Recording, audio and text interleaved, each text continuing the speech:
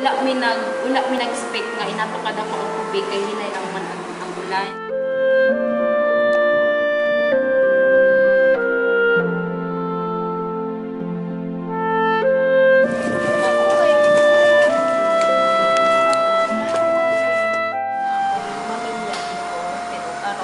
Ako na nag-isa ang nagiging.